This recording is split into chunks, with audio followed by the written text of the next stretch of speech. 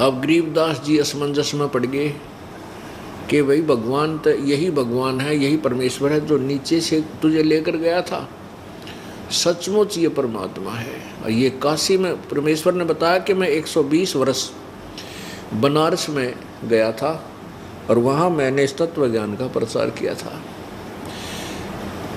और वापस जा भगत, परमेश्वर ने कहा गरीबदास जी को, वापस जा बच्चा और मेरी महिमा का गुणगान ढोल के डंके पर कर, मैं तेरे साथ रहूँगा। वहाँ जाने के बाद गरीबदास जी ने भी कहा कि प्रभु मुझे वापस ना भेजो, वहाँ तो बहुत बुरा लोक है, ओए होए, वहाँ तो बहुत गंदा लोक है। परमात्मा बोले आप जाओ, मैं तुम्हारे साथ रहूँगा और मेरा ये काम करो, वहाँ जाकर के मेरी महिमा की वाणी बोलो ताकि आने वाले समय में मेरी गवाही बने। नीति काल के दूतों ने इस तत्वज्ञान को कति बिगाड़ रखा है, परमात्मा की सतीति का नाश कर रखा है और सभी नास्तिक होते जा रहे हैं। उधर से गरीबदास जी को जो उनका शरीर नीचे रह गया था, स्थूल शरीर, मृत जानकर चिता के ऊपर रख दिया गया शाम के समय। इस पूरे प्रोसीजर में लगभग 7-8 घंटे लग गए। उस समय जब चिता पर जलाने के लिए सबको रख दिया कि मर चुका है, कोई जादू जंत्र करके कोई संत इनको खत्म कर गया, इनकी मृत्यु हो गई है, उसी समय उस पूर्ण परमात्मा ने उस प्यारी आत्मा गरीबदास जी के जीव को, गरीबदास वाले जीव को वापस शरीर में प्रवेश कर दिया और उसी समय गतिविधि होने लगी शरीर में। और जो वहाँ रस्से बांध दिए जाते हैं, जो सबके ऊपर के बांध के ले जाते हैं, वो भी टूट गए अपने आप और गरीबदास जी खड़े हो गए और ये वाणी बोलने लगे, ये अमृत वचन बोलने लगे। कबीर परमेश्वर द्वारा फीड किया गया गरीबदास जी वाली आत्मा में वो तत्वज्ञान जो आपको दास रह रहकर सुनाता है। पुण्यात्माओं, अभी तक हमें केवल यही बताया गया कि भगवान की भक्ति करो, परमात्मा की भक्ति अवश्य करनी चाहिए, ये सत्य है। लेकिन परमात्मा कौन है, कैसा है, उसके पाने की विधि कौन सी है, ये सही नहीं बताई। आज तक हमें परमेश्वर के विषय में यही बताया गया कि प्रभु निराकार है, परमेश्वर निराकार है। और जबकि हम श्री राम, श्री कृष्ण, श्री ब्रह्मा जी, श्री विष्णु जी, श्री शिव जी की पूजा करते थे, उनकी मूर्तियां पेपर में कागज़ की या पत्थर या लोहे की, सोने की, पीतल की जरूर बनवा के हम साथ भी रखते थे। और फिर भी कोई कहता कि भगवान कैसा है, तो यही कहते थे परमात्मा तो निराकार, वो दिखाई थोड़ा ही देता है। ऐसी जो है हमारी सोच थी, ऐसी हमारी थ्योरी थी जो इन अज्ञानी ऋषियों, महर्षियों और संतों के द्वारा हमें बताई गई थी। ये बिल्कुल व्यर्थ थी, शास्त्र विरुद्ध थी, गलत थी। अब सत्य साधना और यथार्थ भक्ति मार्ग और तत्व ज्ञान आपके समक्ष अब प्रस्तुत किया जा रहा है इस दास के द्वारा, जो अपने सदग्रंथों में पहले ही विद्यमान था। लेकिन ये नकली संत, ऋषि, महर्षि और गुरु ये इन सदग्रंथों को नहीं समझ सके। कारण क्या रहा कि सतगुरु बिन को काहू न पाया ज्ञाना, जो थो था बुस छड़े मूड किसाना। सतगुरु बिन वेद पढ़े जो प्राणी, समझे न सार रहे अज्ञानी। ये सभी वेद पढ़ा करते कति अज्ञानी थे। अज्ञानी कैसे थे? क्योंकि प्रत्येक सत्संग के अंदर नए भक्त आते हैं और प्रत्येक भक्त के अंदर उतना ही वो गलत ज्ञान भरा हुआ है जितना हमारे अंदर पहले भरा हुआ था। हमें पता है कि हमारे अंदर से वो पहले वाला कच्चा रंग कितने दिन में समाप्त हुआ था, कितनी बार रगड़ा लगा था, कितने सत्संग सुने थे, बार बार रह रह कर वाणी पड़ी थी, जब वो गलत ज्ञान हमारे हृदय से हटा था और ये तत्व ज्ञान समाया था। अब जो सतगुरु के बिना, सदगुरु, सतगुरु माने सच्चा गुरु, वास्तविक यथार्थ ज्ञान देने वाला या गुरु मार्गदर्शक, जब तक वो नहीं मिलता, जो गीता जी अध्याय नंबर 4 के श्लोक 34 में कहा है कि उस तत्व ज्ञान को जो परमेश्वर की वाणी में, सच्चिदानंद घन की वाणी में, अर्थात सवसम वेद, 5वें वेद में लिखा है, तत्व ज्ञान में लिखा है, उस तत्व ज्ञान को तू तत्वदर्शी संतों के पास जाकर समझ, उनको दंडवत प्रणाम कर, कपट छोड़कर उनकी सेवा कर और फिर उनसे नम्रतापूर्वक प्रश्न करने से वो तत्वदर्शी संत तुझे उस परमात्म तत्व का ज्ञान कराएंगे, यानी यथार्थ ज्ञान, तत्व ज्ञान कराएंगे। वो तत्वदर्शी संत ब्रह्मा विष्णु महेश को मिला अवश्य था, लेकिन इन्होंने उस परमेश्वर, उस तत्वदर्शी संत रूप में प्रगट प्रभु की बात पर विश्वास नहीं किया, क्योंकि ये काल के दबाव में रहे।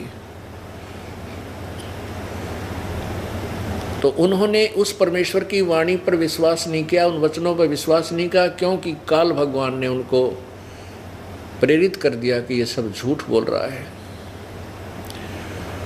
जिसका परिणाम आपके समक्ष अभी दिखाते हैं कि ना ब्रह्मा जी को तत्व ज्ञान था, ना विष्णु जी को, ये भी अज्ञानी थे, इनको भी वेदों के विषय में ज्ञान नहीं था, न महर्षियों को, ऋषियों, सतयुग के ऋषियों को ज्ञान नहीं था वेदों का। ये तो इस दास पे कृपा करी परमेश्वर कबीर जी ने, कबीर परमेश्वर जी को ज्ञान था, उसी के द्वारा दिए गए ये वेद हैं जो ब्रह्म को दिए थे, और ब्रह्म ने अपने श्वासों के द्वारा समुद्र में प्रकट किए थे, जो ब्रह्मा को प्राप्त हुए थे। अब आपको प्रमाण देते हैं कि ना तो ब्रह्मा को, विष्णु को पता था, ना ब्रह्मा को पता था वेदों के बारे में, और ना ही सतयुग में, क्योंकि सतयुग के जो ऋषि थे उसके बाद त्रेता, द्वापर और कलयुग के जो ऋषि महर्षि हैं वो सतयुग वालों से निम्न स्तर के हैं। जब सतयुग वालों को ही वेदों का ज्ञान नहीं था, तो त्रेता, द्वापर और कलयुग वालों की तो बात तो छोड़ दो। इसे सिद्ध हो जाएगा आपको श्रीमद् देवी भागवत, और ये कहाँ से प्रकाशित है, श्रीमद् देवी भागवत, संपादक हनुमान प्रसाद पोदार, चिमन लाल गोस्वामी।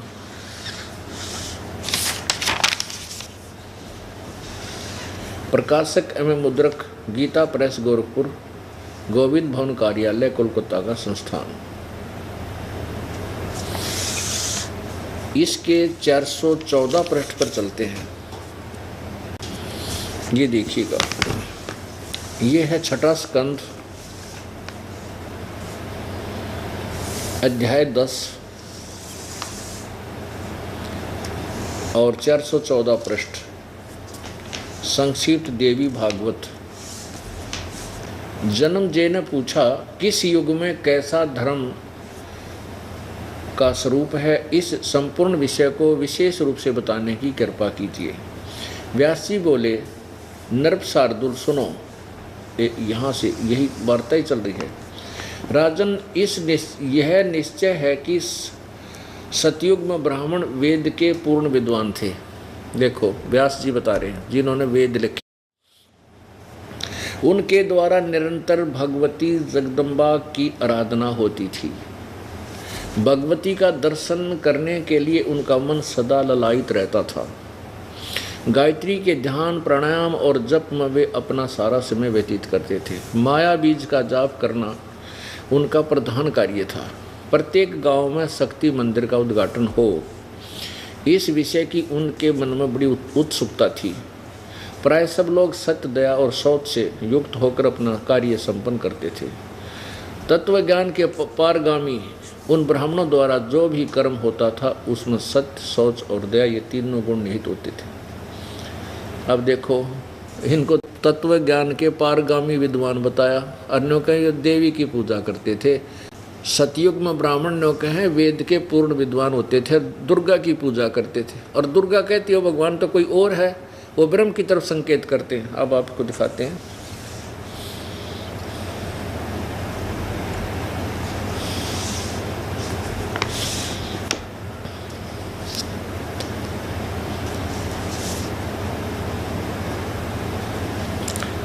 अब 562 पृष्ठ पर आपको दिखाते हैं कि दुर्गा खुद कहती है कि ब्रह्म का जाप करो, वही उसी पर पूरा टारगेट लगाओ, उसी को पाने का उद्देश्य करो। अब बताओ, ये थे सतयुग के ब्राह्मण और वेद के विद्वान, पारगामी विद्वान, पूर्ण विद्वान।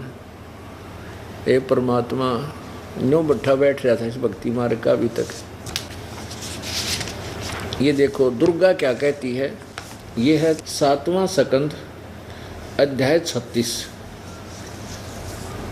ये 36वां अध्याय यहाँ से प्रारंभ होता है।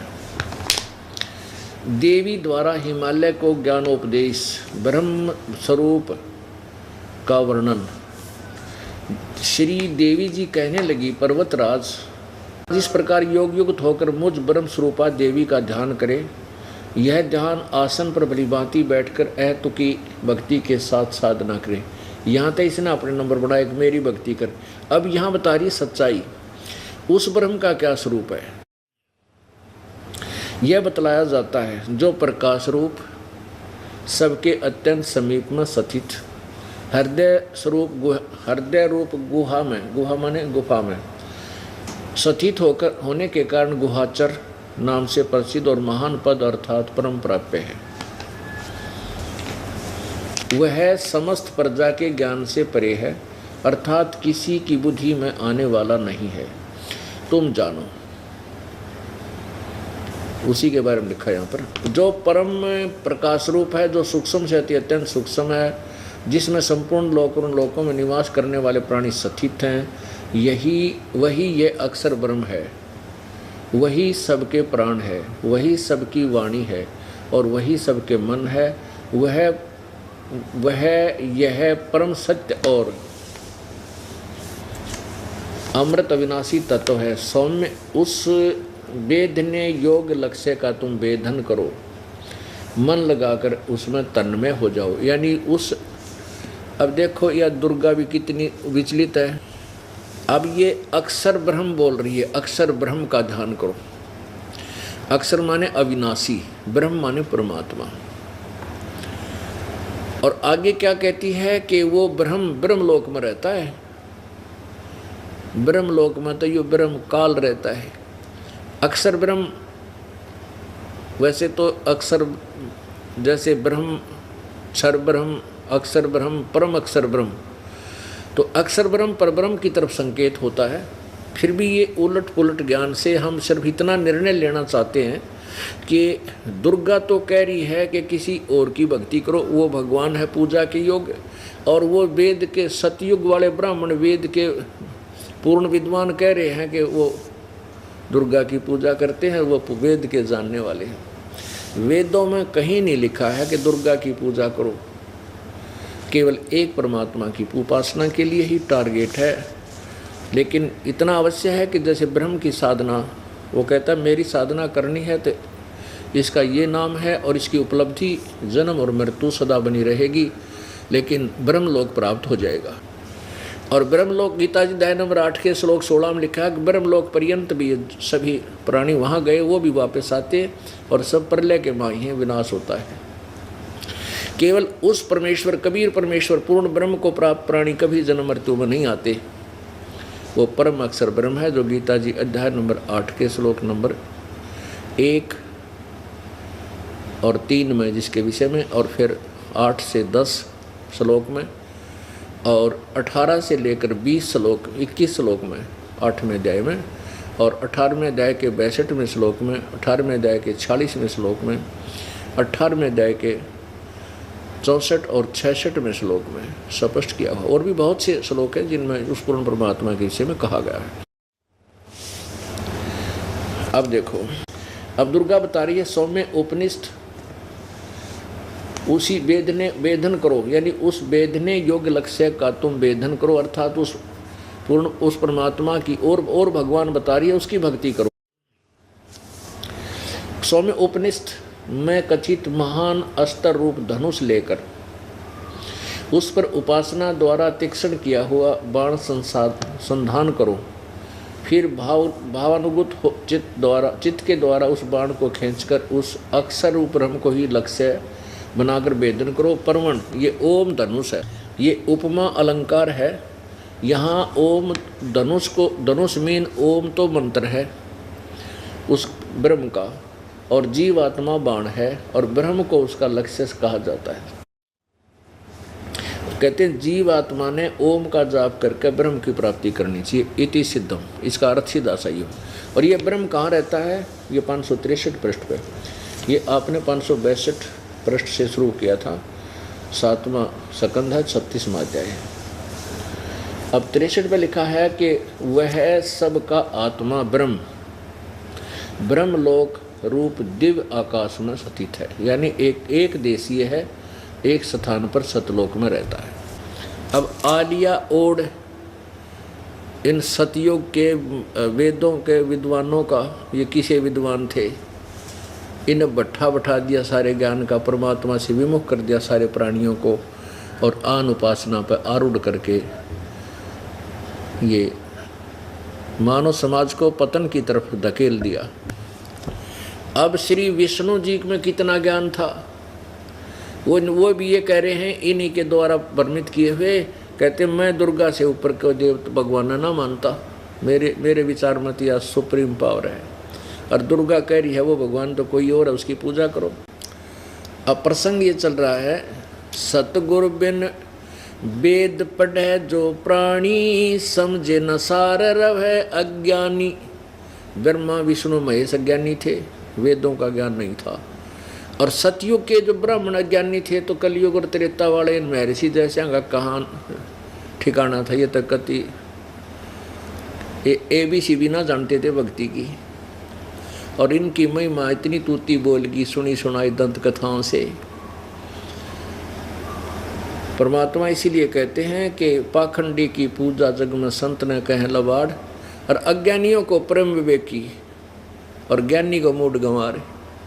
अब दास जो प्रचार कर रहा है, हमारे भक्तजन जन जाकर समझाते कहते हैं, तो वो उन अज्ञान पर आधारित श्रद्धालु और नकली ऋषि महर्षियों के द्वारा दिए गए झूठे ज्ञान को ग्रहण करके कहते हैं रामपाल के जाना, उसने संस्कृत आती ना, उसने नो आती ना। इन संस्कृत के जानने ने तो बैठा रखा था। अब कबीर परमेश्वर ने कोई भाषा यानी अक्षर ज्ञान नहीं था, मान लीजिए तुम्हारी जैसा वो लोग कहते, और वो ज्ञान जो वेदों और गीता में वो सारा जो का तुम अपने सिंपल लैंग्वेज में बोल रखा। तो संस्कृत चाहे अंग्रेजी लैंग्वेज है, चाहे संस्कृत भाषा है, या अपनी मातृभाषा लोकल भाषा, चाहे पंजाबी है भाषा है, भाषा का काम अपने विचारों को दूसरे तक पहुंचाना है। उस भाषा में ज्ञान क्या है, वो ज्ञान सही होना चाहिए, भाषा कोई भी हो। अभी तक एक पाठ बन गई थी संस्कृत, बस संस्कृत जो बोलता था बस वो तो विद्वान कहलाता था। जैसे वर्तमान में कोई अंग्रेजी बोल देते, उसके मुंह का नहीं देखते, वह बड़ा पढ़ा हुआ है कि टट्टू पढ़ रहा है, बता वह बात अपनी सिंपल भाषा में बोल दे, वह अंग्रेजी में बोल दे, का बात तो उतनी है। तो हम ऐसे ही भ्रमित रहते हैं यथार्थ ज्ञान के अभाव से। अब ये अज्ञानी ब्रह्मा विष्णु महेश भी अज्ञानी रहे। अब देखिएगा, ये पहला स्कंध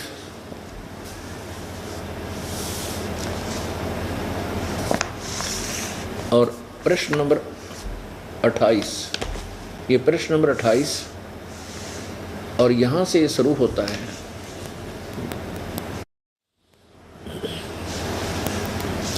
नारद जी ने कहा, महाभाग व्यास जी, तुम इस विषय में जो पूछ रहे हो, ठीक यही प्रश्न मेरे पिताजी ने भगवान श्री हरि से किया था। देवा अधिदेव भगवान जगत के स्वामी हैं। विष्णु जी के विषय में नारद बोल रहे हैं। लक्ष्मी जी उनकी सेवा में उपस्थित रहती है। दिव्य कौस्तुमणि उनकी शोभा बढ़ाती है। वे शंख चक्र गदा पद्म लिए रहते हैं। अब ज़्यादा ना पढ़ के यहाँ पूछते हैं, ऐसे जगत प्रभु भगवान श्री हरि महान तप कर रहे थे। विष्णु जी उनकी समाधि लगी थी। यह देखकर मेरे पिता ब्रह्मा जी को बड़ा आश्चर्य हुआ। उन्होंने उनसे जानने की इच्छा प्रकट की। ब्रह्मा जी ने पूछा, प्रभो, ब्रह्मा जी ने विष्णु से पूछा, प्रभो आप देवताओं के अध्यक्ष, जगत के स्वामी, भूत भविष्य एवं वर्तमान सभी जीवों के एकमात्र शासक हैं। भगवान फिर आप क्यों तपस्या कर रहे हैं और किस देवता की आराधना में ध्यान मगन है? मुझे असीम आश्चर्य हो रहा है। आश्चर्य तो यह हो रहा कि आप देवेश्वर एवं सारे संसार के शासक होते हुए भी समाधि लगाए बैठे हैं। अब यहाँ बताओ है, विष्णु जी बोले। ब्रह्मा जी के विनीत वचन सुनकर भगवान श्री हरि उनसे कहने लगे, ब्रह्मन सावधान होकर सुनो, मैं अपने मन का विचार व्यक्त करता हूँ। देवता दानव मानव सभी यह जानते हैं कि तुम सृष्टि करते हो, मैं पालन करता हूँ, संकर संहार क्या करते, किंतु फिर भी वेद के पारगामी पुरुष अपनी युक्ति से सिद्ध करते हैं कि रचने पालने और संहार करने की योग्यता जो हमें मिली है इसकी अधिष्ठात्री शक्ति देवी है। बस और ज़्यादा ना पढ़ के हम यहाँ आते हैं।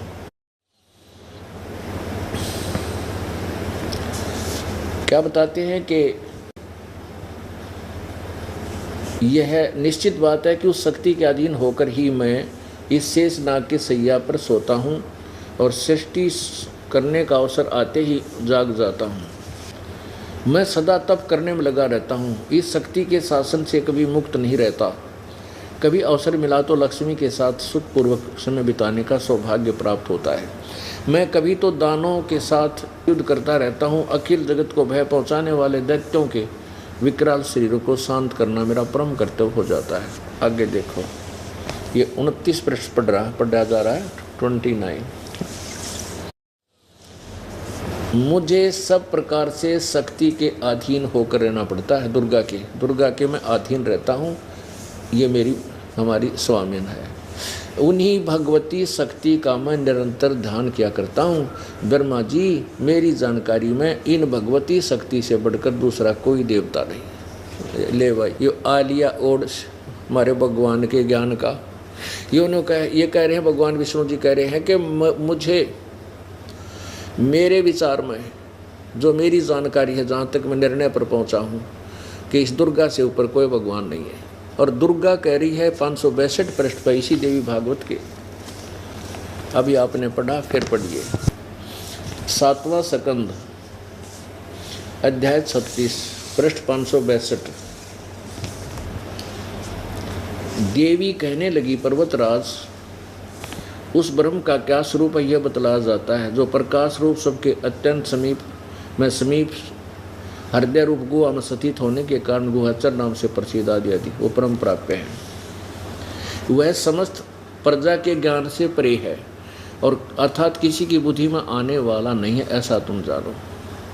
उस परम प्रकाश रूप जो सूक्ष्म से अति सूक्ष्म है, जिसमें संपूर्ण लोक और उन लोकों में निवास करने वाले प्राणी स्थित हैं, वह अक्षर ब्रह्म है। वही सबके प्राण है, वही सबकी वाणी है और वही सबके मन है। वह यह परम सत्य और अमर अविनाशी तत्व है। सौम्य उस वेदने योग लक्ष्य का तुम वेदन करो, मन लगाकर उसमें तन्मय हो जाओ। अब सब ये क्या है कि सौम्य उपनिषद में कथित महान अस्त्र रूप धनुष लेकर उस पर उपासना द्वारा तीक्ष्ण किया हुआ बाण संधान करो और फिर